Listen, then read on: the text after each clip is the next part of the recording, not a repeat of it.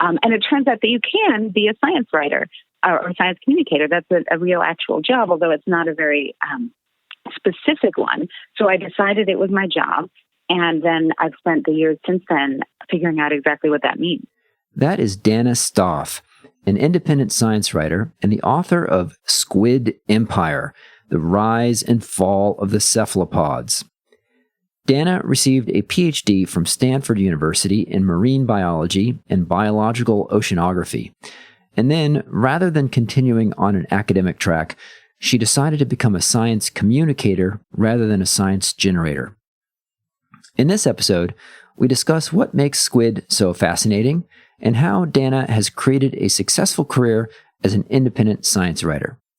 You can follow Danna on Twitter at DANNASTAAF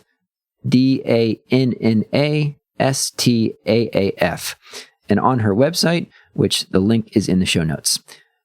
If you visit the website for our show at umbrex.com/unleashed, you can sign up to receive the weekly Unleashed email, which includes the transcript of every episode, consulting tips, and book recommendations. Thanks for listening. Hello, Danna. Welcome to the show. Thanks. It's great to be here, Will.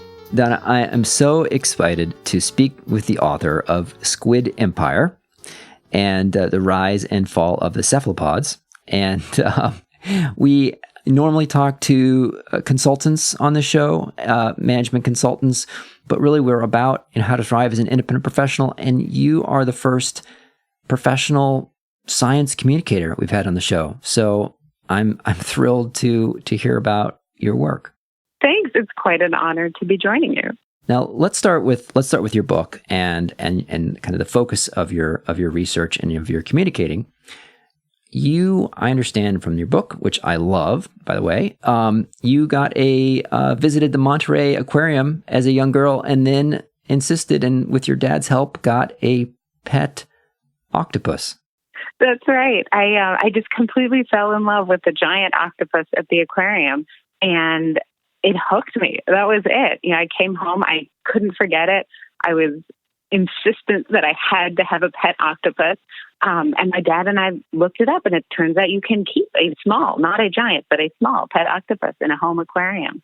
And we did that, and I just never looked back. I've loved octopuses and squid and all of their relatives ever since.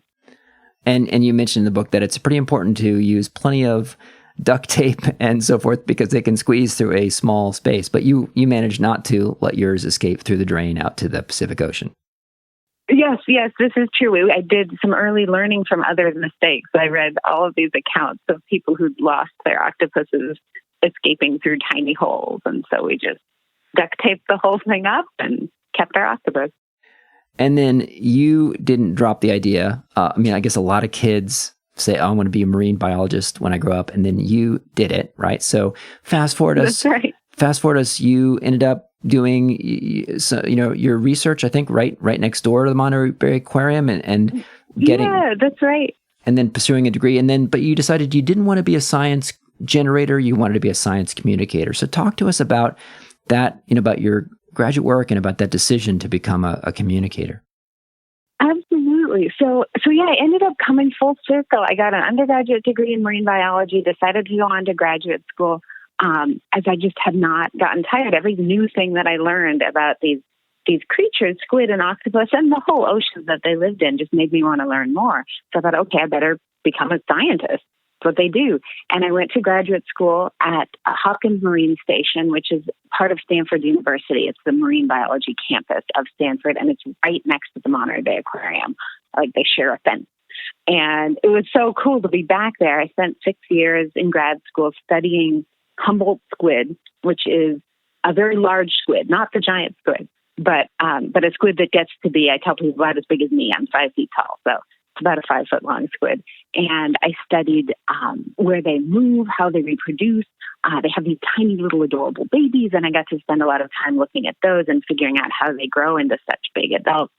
And an interesting thing is, while I was spending all these years going out in the field, catching squid, watching squid, doing data analysis, crunching numbers, I was also learning a lot about how science works and how insulated a lot of it is from the general public, despite how interested people are in it. I would go out anywhere. I would visit schools because I liked doing a lot of outreach work, and kids would be fascinated. They had so many questions about the animals, about the ocean, about how science works, about how you can become a scientist. And I felt like I became aware that there was this real hunger for communication about science, how it works, what the discoveries are, who the scientists are, and how you can become one or how you can be involved with it. And so by the time I graduated, I'd spent 10 years in higher education, getting my undergraduate and my graduate degree. And I have a great respect for academia, but I just didn't feel like it was the right place for me. I wanted to be more out in the world. I loved visiting schools, and I wanted to keep doing that. I love writing. I had started a blog called Squid a Day, where I just wrote up a silly or a fascinating or a weird or a gross squid fact every day. And I'd gotten a lot of traction with it, and a lot of people were interested in it. And I loved writing that blog so much more than I loved writing academic papers, that by the time I graduated, I was like, maybe that should be my job. And it turns out that you can be a science writer or a science communicator. That's a real actual job, although it's not a very specific one. So I decided it was my job. And then I've spent the years since then figuring out exactly what that means. So let's talk. I want to get into that kind of the business of being an independent professional science writer. Let's get to that in the second half of the show. First, I'd like to talk about the book and about the world of ancient squid. So talk to us about ancient squid before the dinosaurs. I would love to do that. So here's the crazy thing about squid and octopuses and all their relatives. They're swimming around in the ocean today, but their history, their evolutionary history and their ancestors go back 500 million years, which is twice as old as the dinosaurs.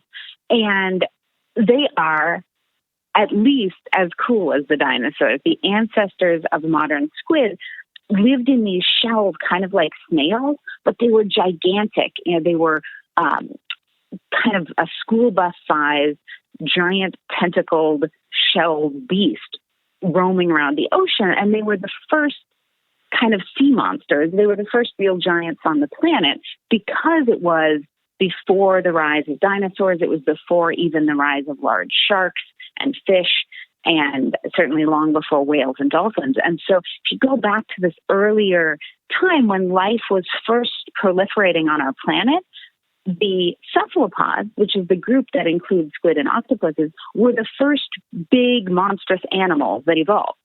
And so I think it's really interesting just from a point of view of how life evolves and how things get big and what sort of traits make a group successful to survive for that long, for 500 million years, surviving all of these mass extinctions that killed off so many other things. And then the other thing that really captures our attention, I think, about this group, the cephalopods, is that they're really intelligent. They have these large brains. They have these large eyes that are very similar to our own eyes, with lens and a retina, and can resolve all the same things that we can. And yet they've evolved that independently. Like a dog looks back at you and you think, okay, well, you're a fellow vertebrate. Your brain and my brain, they evolved along the same trajectory for a long time, so we have a lot in common. But if you look at an octopus and it looks back at you, you can think, well, your brain and my brain have been on separate tracks for 500 million years. And so we got to this point of being able to look at each other and have an interaction, which you can have with an octopus. They have these personalities where you can train them to sort of play tug of war with you or eat different foods and come out at different times. And that's all happening in these two brains that are totally different. I mean, it's the closest to alien intelligence that we have. So going back to see how the evolutionary trajectory went to bring us to that point is, I think, one of the most interesting and fundamental ways out there to shed light on intelligence and on our own intelligence and how we got to be the way we are and why we aren't an octopus with no bones and 8 arms and a bunch of suction cups. So before there were fish in the ocean, there were these giant squid going around. And were they kind of like the dominant force in the ocean for how long? They were for millions of years, because this is going back in time pre-dinosaur, and most of what anyone would recognize, if they recognized anything from the world at this time, would be trilobites, which are those really abundant sort of crabby-type fossils that would have been scuttling around on the seafloor. And there were also worms and there were also snails, but there weren't any of the animals that we recognize today as vertebrates, so things with backbone. So there weren't any big fish, there weren't any big sharks, there certainly weren't any mammals and no dinosaurs, and nothing on land, by the way. So everything that's happening is happening in the ocean. Land is barren, completely no forest, no nothing, just some little smears of algae. So all of the animals are in the ocean, and most of them are these scuttling trilobites, burrowing worms, and probably some jellyfish floating around here and there. And then these little creatures that look like snails evolve to become these giant squid-like monsters that are probably eating everything else, probably eating the worms and the trilobites and their fellow snails and everything that they can catch. And they did that evolution happened going from tiny little snail-like things to big, gigantic squid-like things because their shells evolved this trick of being buoyant, where they could pump out the liquid in their snail-type shells, and it would fill up with gas and lift them up off the seafloor. And they were able to grow quite large because they had these buoyant shells that offset the weight of their bodies. So they could basically be as big as they wanted, and they were kind of the first animals who were freed from size constraints to become monstrous. And then the shell kind of basically ends up inside the squid, right? I mean, how did that happen? Right. Which is another case. Sometimes I summarize this whole story as how the squid lost its shell, because the original innovation, if you will, sort of evolutionary innovation in this group was this amazing shell that was buoyant and let them get enormous. And then that shell became a liability when large fish and sharks evolved that were able to swim much faster because they didn't have a heavy shell or an awkward shell to drag around. And so over time, cephalopods reduced that shell. The ones with smaller shells, coiled shells, and eventually internal shells were able to survive better because they could escape fish and they could compete with fish for the same resources. And so our ancestors, which were fish, were really the driving factor in turning these sort of squid-like but also sort of ice cream cone-like monsters into the more streamlined, internally shelled squid that we have today. And even the octopuses, eventually that their shell got so small that they don't even have one anymore, and they're just complete ooshy-gooshy messes. Now, if I remember back to elementary school in my textbooks, I remember kind of some stuff about dinosaurs. I don't remember anything about giant squid swimming around, which I think probably would have interested me. Right. And so I suppose that, and you also don't see it a lot in museums, and I suppose that might be partly due to the fact that squid don't leave a lot of easily to find fossils. So it's partly you see in museums what's easy to find. But is there also, could you talk a little bit about how is the learning and science about these ancient squid, is it relatively new? Is the field been really changing a lot over the past couple of decades? It has. Yeah, that's a really good question. I think that it's an interesting point that I think we all do remember learning a lot about dinosaurs when we were kids. And all the natural history museums have dinosaur dioramas, and you see the giant skeletons and everything. And I think dinosaurs are really an example of a triumph of science communication. If you think about it, there are these amazing creatures that we only know of because of scientists studying these fossils and learning things about them. There's no, you can't just kind of go out and observe them the way you could go out and observe birds or plants growing in your yard. we only know about them because paleontologists spend all this painstaking time recreating them, and they're not immediately relevant to our lives. It's not something we need to know about, like the weather for planting crops, or like how the ocean works so that we can design ships and things. But they're just so interesting. It's just this raw scientific coolness factor that has made them familiar to everybody, and something that kids read books about, grown-ups read books about, we want to see in museums. And I think that happened relatively recently when scientists studying dinosaurs began to get new information, new fossils, and new ways of studying the old fossils to learn things like, oh, they actually moved in groups and had complex behaviors. Those were the sorts of discoveries that gave us the Jurassic Park movies, for example, of really intelligent, really scary dinosaurs.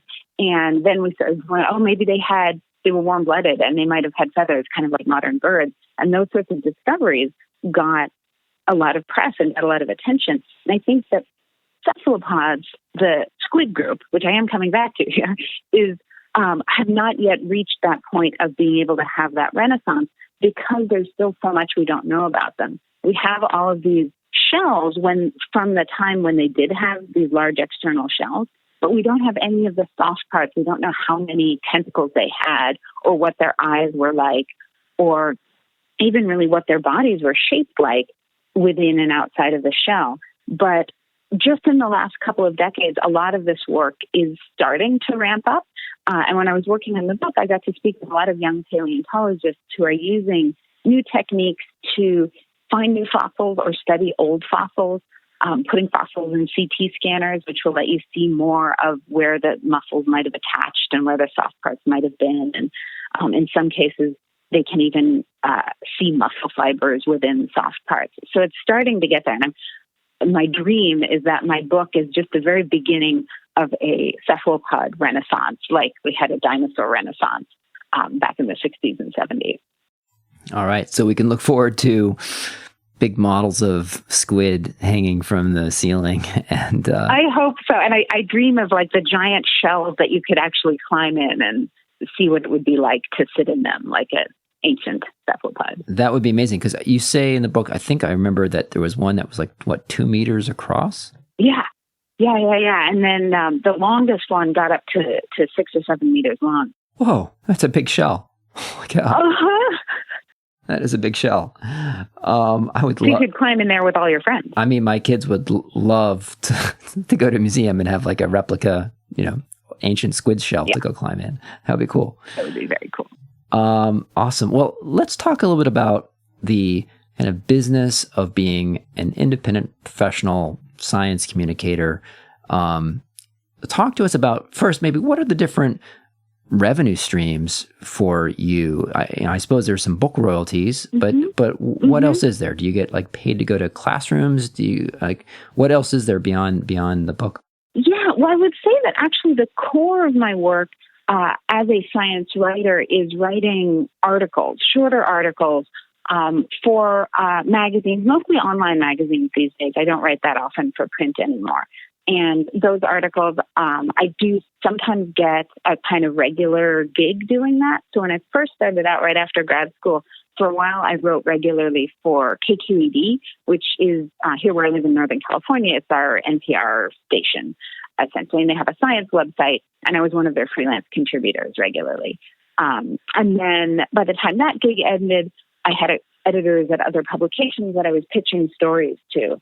And so that's my basic gig, I guess, is that I look around for cool science stories to write that are not book length, that are like a short news article, maybe a slightly longer feature article or profile. And I try to find an editor or a publication that would be interested in having me write that story for money.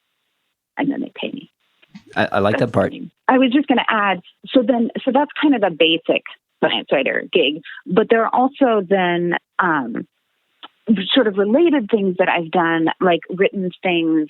One of my favorite things actually was I got to write a script for a little educational movie for a site called Brain Pop that some parents and educators may be familiar with, that makes these little animated movies on all kinds of different topics. And so I got to write a script for one of those, which was fun. And so there's a lot of places, like we might not initially think that science writing, I certainly wasn't initially sure if it was a way that you could really make a living, like is there enough of a demand for that? But there are so many different people interested in learning or needing to learn in different ways that there are actually a lot of opportunities between writing for magazines and writing for educators. And I've done some curriculum design for schools. And then also I do a lot of speaking in person as well, increasingly with the book out, visiting not just schools, but also museums, aquariums, different locations that are interested in bringing an expert in to talk about stuff and then meet people and answer questions. So that's cool. I love Brain Pop, by the way. My kids, oh, good. Yeah, my kids had a subscription, and it's fun to watch those videos. I'll have to look for is it the one on, what's the one? Is it on Squid? It was the rock cycle, actually. I was getting all interested in geology, and it turned out they needed somebody to rewrite their rock cycle one. Okay, I'll check out the rock cycle video on Brain Pop. There's some good stuff there, and they're fun to watch. There is. Good, absolutely. Usually animated. So Danna, one advice that I've seen for nonfiction authors is to kind of build a website and then collect up people's email addresses of readers, and that way you have a way to stay in touch and communicate with your readers. Some other people recommend social media. How do you kind of stay in touch with your readers, or people who are interested in your work, that wherever you publish, that those readers can find out about it? How do you go about building up your kind of following? Yeah, that's a really great thing to talk about. So I mostly use social media right now. I have a Twitter presence where I always publicize the events that I'm doing and any new writing that I have coming out or news about the book. And I also have a Facebook author page which I keep updated with pretty much the same information. But I also do have a website that I keep up to date too, so that if people are just looking for me, if somebody's seen me give a talk and all they remember is my name or the name of my book, and they just do a search for it, then they can find my website, which will have all of that information as well. It's interesting that you should mention an email list or an author newsletter, because it's something that this year, I was just sort of realizing, I think I'm going to do that. I'm going to set up a newsletter that people can subscribe to, because I know that I don't always remember to check social media myself. And, sometimes it's even good to take a break from it. But I'm always keeping up with email. And I'm sure that a lot of other people are the same way, where they use email to keep track of what's important. I'll make sure that I get these notifications when important things happen. And if anybody happens to consider my writing to be one of those important things, which would be a great honor, then I would love to be able to send them an email about it. Cool. And so for listeners who do want to check out that site, what is the website and what is the Twitter address? Where can people find you? Pretty much all under my name, which is tricky to pronounce and not always easy to spell, but very unique. So it's Danna Staaf, and Danna has 2 N's and Staaf has 2 A's. And my Twitter handle is just Danna Staaf, and my Facebook page is also Danna Staaf, but you can also find it under Banana Cough, which is what I tell people to use to remember how to pronounce my name, because Danna rhymes with banana and Staaf rhymes with cough. And now you will never forget it. All right, Banana Cough. I love that. It makes it definitely memorable. Fantastic. So if you want to follow Danna, check out the website. What are some ways that you recommend to a layperson like me who wants to kind of keep up with what's going on in science, and maybe the New York Times is too sort of light touch, or sort of general maybe news is too sort of light touch, not serious enough, but trying to subscribe to Nature, let's say, or Science is like too much, too impenetrable. Like you can't get past the intro. What are some good sources in your mind for the general layperson who wants to kind of stay up to date on what's new, but in a little bit more serious way that you can just get from a newspaper? Totally. That's a really good thing to think about too. So I think that if you're interested in science generally, there are a lot of great publications to subscribe to, things like Scientific American, Popular Science, just thinking here. So even within that, then there's a lot of publications based on interest. So if you're interested in conservation, for example, there's a publication called Earther that's connected to Gizmodo that has all kinds of interesting conservation stories. And if you're interested in the oceans and how humans interact with them, there's an awesome publication called Hawkeye Magazine. I'm sorry, how do you spell that? It's Hakai. Okay. Hawkeye. It publishes beautiful writing. And then so I struggle a little bit because there are so many publications to kind of know like where to keep checking and where to subscribe to. And I actually think that Twitter comes in really handy that way, because there are a lot of science writers and science communicators there who are tweeting new stories that come out, news that is exciting or interesting in the science sphere. And so if you kind of start following a few of these people, then by going on Twitter, I'll find links to stories, maybe in magazines I might not have been reading, or I might not have remembered to check what's available. So that's really a nice way too. And some of the people that I would recommend following, like one is the science writer for The Atlantic, Ed Yong, who just writes beautifully. He has a book out about microbes that's fantastic. And he also publicizes a lot of work being done in science communication and cool new science news. To what degree do you kind of try to stay in touch with the world of science by going to academic conferences? And I'm curious, how do kind of academics think about science writers like yourself with a PhD who are, legit scientists, but aren't doing kind of active academic research anymore? What's that relationship like? It's an interesting one for sure. And yes, I do go to some conferences. It really varies kind of depending on what my current projects are. So I don't have any conferences that I definitely go to every year. While I was working on the book, I went to the Geological Society of America conference because it's where all the paleontologists go. And it was amazing, and I learned all kinds of stuff. But if I'm sort of more focused in another area, I might look at other conferences.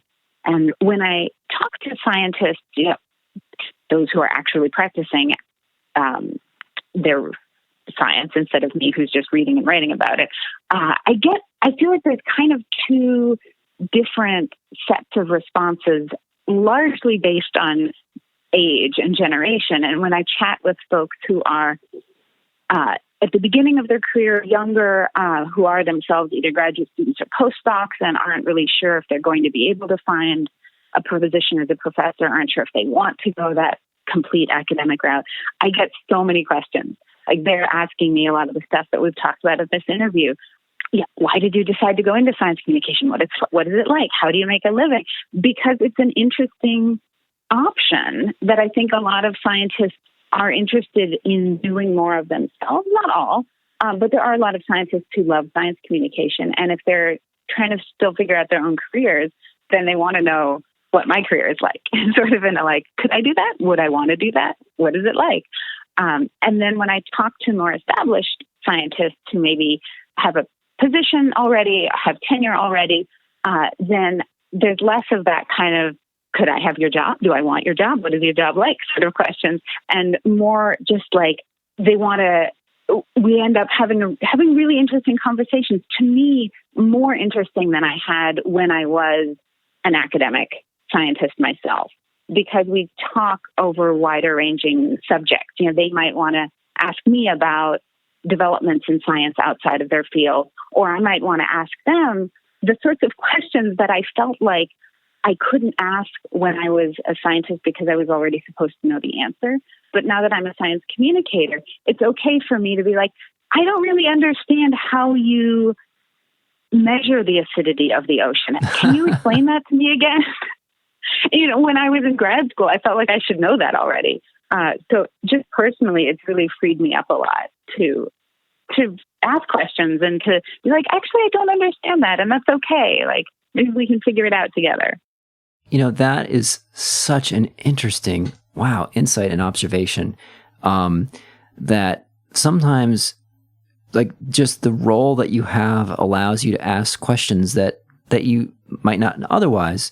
I mean, for me as a consultant, often I can go into a company and ask like really kind of naive beginner questions, and I'm not viewed like an idiot. But if I was, a senior vice president of that company, they'd say like, "What are you, a moron?" And that's really cool that they kind of respect you. You got a PhD, you're serious, but you can ask kind of the beginner questions, and maybe they're not used to even answering them. That's amazing. Right. That's cool. Yeah, that's a really cool analogy. And I think it's very similar. And one of the things that I like about being a science writer instead of a scientist is that I can have a little more, I exactly what you're saying. Like I can go in and ask kind of ignorant questions of people in fields that I'm not that familiar with. And they're usually pretty patient with me. Is there any kind of community of science writers, people that are kind of like yourself that are out there freelancing and writing these kind of science books? I suppose a lot of the science books you see are written by someone who's currently a professor somewhere. But I'm curious if you have connected with other science writers who have written these popular science books, and what that sort of little micro community is like. Yes, there is a fantastically supportive community of science writers, both freelance and there are science writers who have staff positions at various outlets and things. But I'm not sure. In fact, I'm not sure if I would have gone into this field if I hadn't met some of those people while I was still in grad school and gotten the support and the mentoring that I did. Because it's a tough place if you're trying to figure it out all on your own. But there's a National Association of Science Writers, which includes a lot of freelancers and committees and has regular meetings. And there are also regional associations. Where I am in Northern California has a Northern California Association of Science Writers, which is a really lovely group. Some people have written books. Some people stick to magazine articles and write beautiful ones and win lots of awards and do very inspiring things in that space. And some people are employed by a university and are writing press releases for that university. And they're all different kinds of science writing, but everybody's talking to each other. And it's really lovely when we come together. And some of the folks in that group have organized workshops on the craft of writing or on the business of writing that have really made it both pleasant and possible to do this. What were some of you said it's been really helpful to you. What were some of the ways that community of other professionals helped you as you were getting into this? Let's see. I think that some of the help was very practical. It's kind of the details of how do you write maybe you have an idea for a story that you want to write. How do you find the right outlet or editor that might like to publish that story? How do you craft the pitch? And then how often should you follow up? All of these sort of newbie questions that people have either already answered on their websites where you can read, or they'll talk to you in person and give you these answers. And then I think the other really practical and helpful thing is less specific, but just generally the company and the knowledge that there are other people doing this, that they're doing it in a lot of different ways, but many of them are very happy doing it and balancing it with their lives and finding ways to make it work for them. There are some people who travel a lot. There are some people who barely travel at all. While I was writing my book, I was also taking care of a newborn, and so I was not doing a lot of travel, but I kind of had this support knowing that other people had done this, had gone through writing and producing work while they were caring for young children. And so it's just that comfort of knowing that you're not alone. That was really helpful. Are there any daily or morning routines or daily routines that you've adopted that have really been effective for you? Yes. I have developed the habit of sitting to meditate before I work every day. And that for a while was hard to do because I felt like it was taking away from my work time. But it quickly became clear that the days that I did it, I was more focused. and I was able to make better use of the time that I did have. So that's become part of my routine. And I also have an actual, oh, sorry, go ahead. Were you going to say something? What sort of meditation do you do?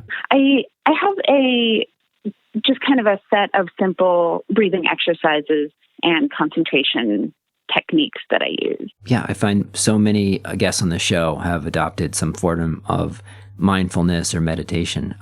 That's amazing. That's really cool. Yeah. Go on. What else were you going to say? And then the other thing I was going to say was super mundane. I have an actual to-do list that I just keep updated. And every now and then I've thought about, like, should I use some sort of task management software? And I look at options out there, but I actually just have this text file on my computer that's a list of things to do.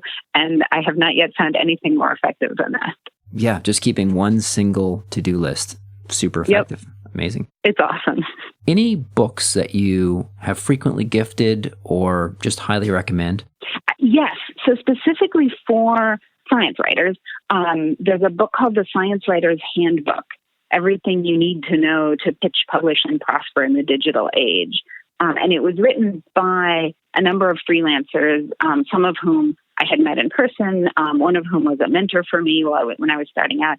And I recommend this to people all the time. Like, if you even at all seriously considering this career, this book has at least get it from the library, because it has all of the nitty-gritty details of how to make the business work. It has all of these big ideas about how to find story and craft story.